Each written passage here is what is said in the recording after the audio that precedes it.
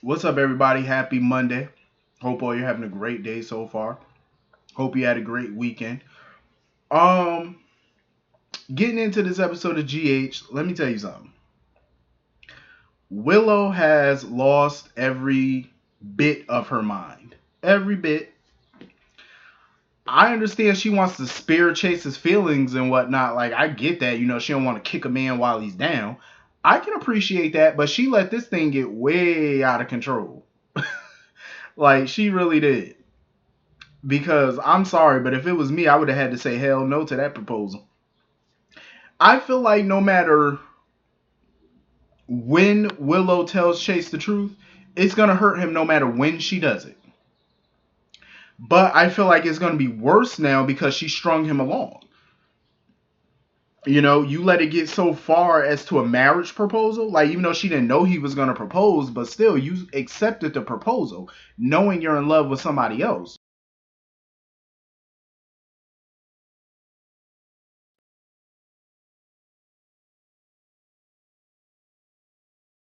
And Finn and then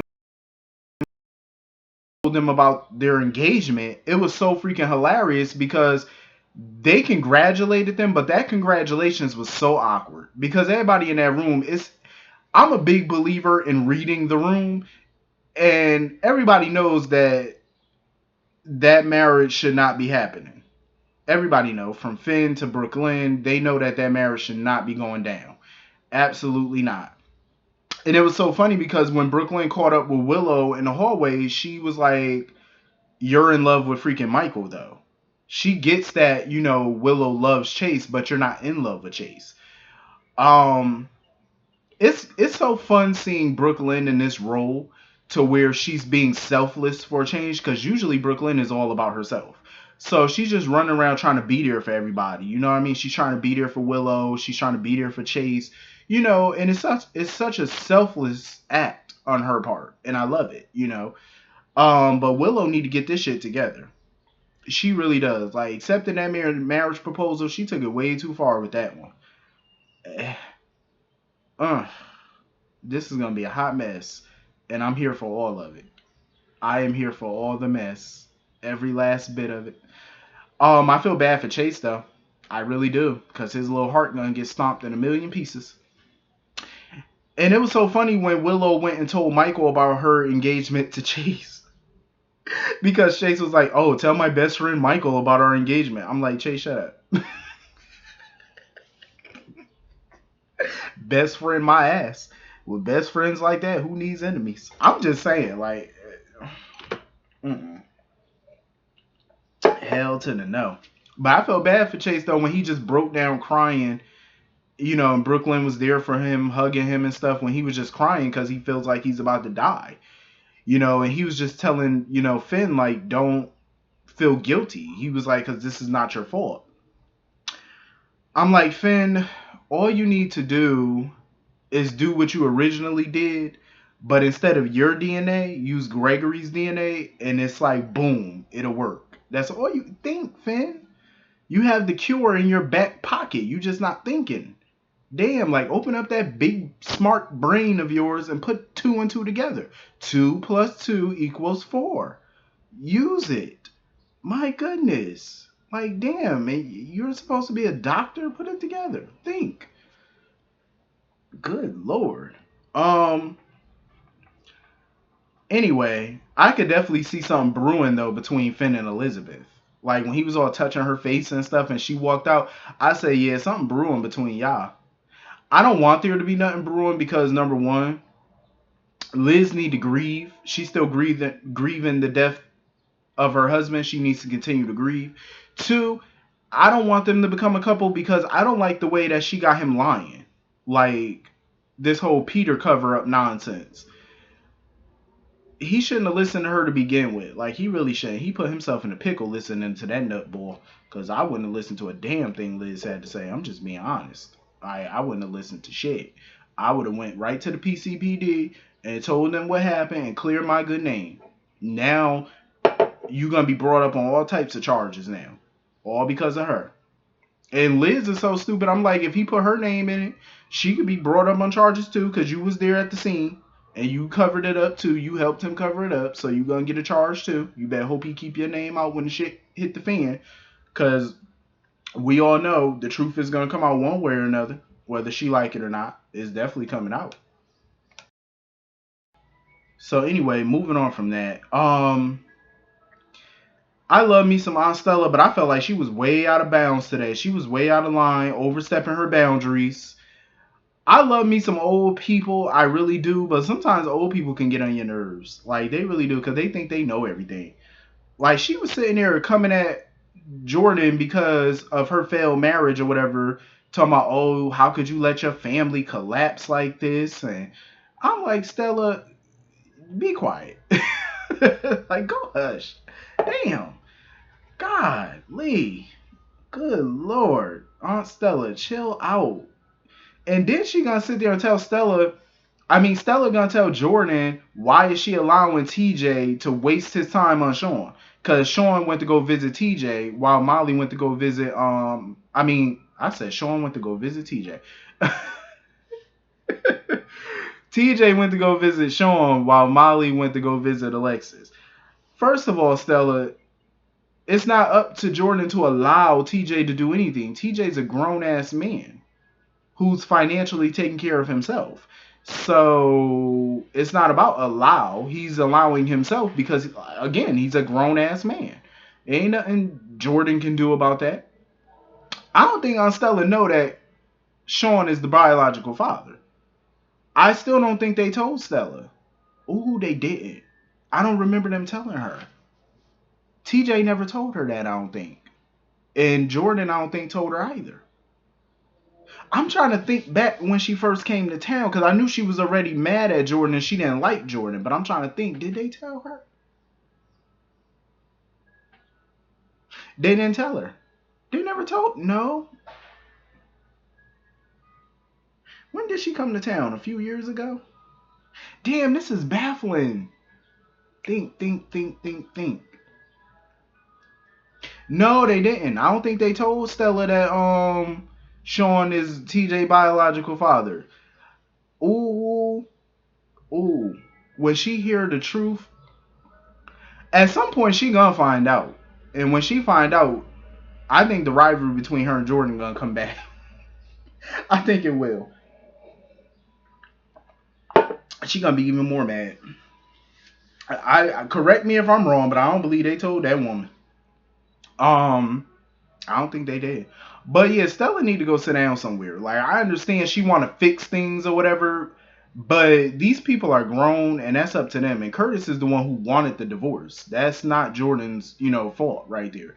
I mean, it takes two to mess up a marriage, and Jordan did her fair share, but so did Curtis. Um, and Jordan tried to fix the marriage, but Curtis didn't want to. So that's not on Jordan. That's on Curtis. Um, so Stella just need to go mind her Shirley's and go, sit in the corner somewhere and go pray for Curtis and his recovery because you don't need to be all up in everybody's business about them trying to fix things and listen, go that's not your place. Go mind it. Go sit down. It's not your business. Um so anyway, moving on from that. I love the scenes from prison though. I loved it. Alexis is not letting this go. Like even though Sean's parole was denied, she not letting this go. So of course she got Molly on the outside getting the sentencing records and stuff like that. She gonna help Sean come hella high water get up out of there. And I think all roads are gonna definitely point back to Nicholas. But she definitely gonna help him though, and I love it. And I'm glad that Molly is so happy about being a lawyer and stuff and she got a passion for it. I love it because I hate when people get in careers that they don't really want or that they're not passionate about. And I always feel like that. Do not get into a job or a career that you are not passionate about. A job is a different thing though. A job, that's one thing because you got to pay your bills.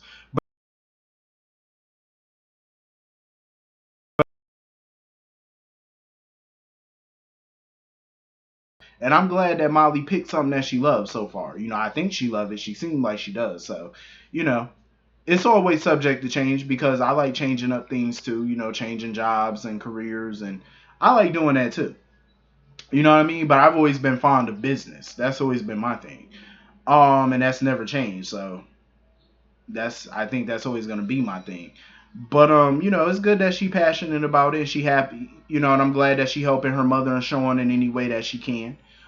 Um, so anyway, Sean was pretty much telling TJ. Yeah, so Sean was pretty much telling TJ that he got his parole denied and he's not gonna make it to TJ's graduation, which is pretty messed up. But he pretty much told TJ not to, in the future that he probably shouldn't visit him anymore or whatever. He already know TJ not gonna do that. TJ not just gonna stop seeing him and stuff. You're his dad, you know. He gonna keep seeing you. Sean just need to chill out. That's your son. He gonna keep coming to see you. Ain't no stopping that, you know. Because if I had a father that's locked up that I actually loved and cared about, you damn right I'm gonna keep visiting you, no matter what you say. And we all know TJ not gonna listen. He gonna keep on visiting. Yeah, so I'm glad that TJ pretty much said that. Yeah, I'm coming back no matter what you said. I know that's right, TJ. Stand up for your pappy. That's what I'm talking about. So anyway, moving on from that, I'm so glad Michael is sticking to his guns when he was talking to Jax, and he pretty much told Jax, like, bruh, Nina might be back in Wiley's life, but you will remain out of my life. I know that shit right, Michael. Stick to your guns. Here go Carly yet again.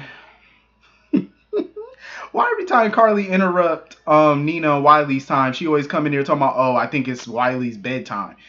Carly, that is not your son. You don't dictate that boy bedtime.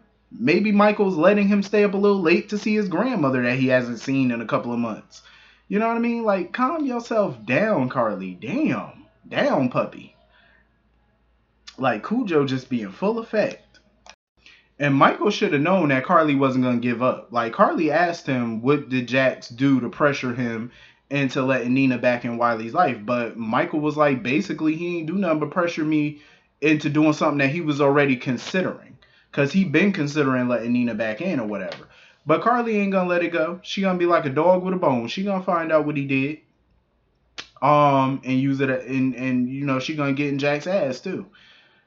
So Michael, of course, being in grown folk business, trying to tell Carly that she need to leave the business alone, the mob business, and hand it over to Jason. First of all,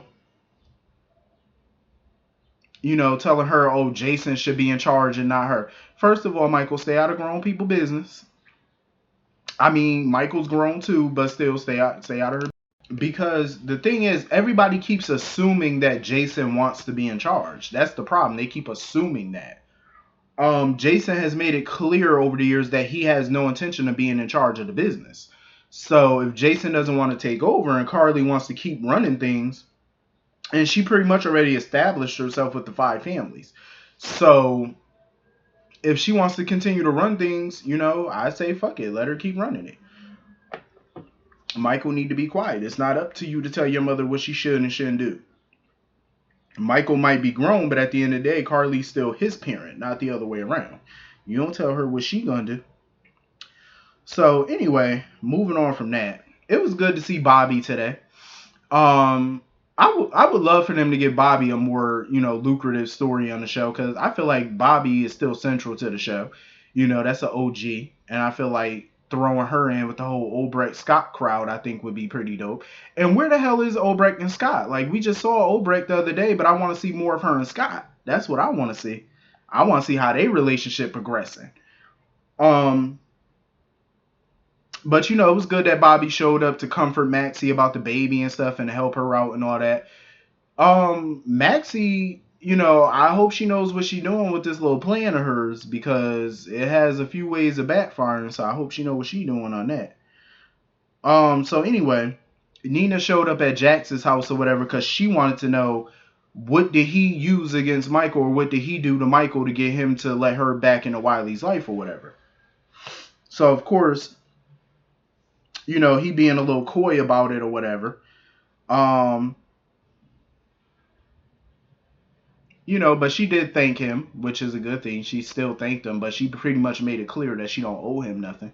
And she also made it clear that she has no intention of moving back to Port Charles full time. She was like, Port Charles is pretty much not her home anymore. And we all know why it's not her home anymore. She's running around with Sonny like a fool.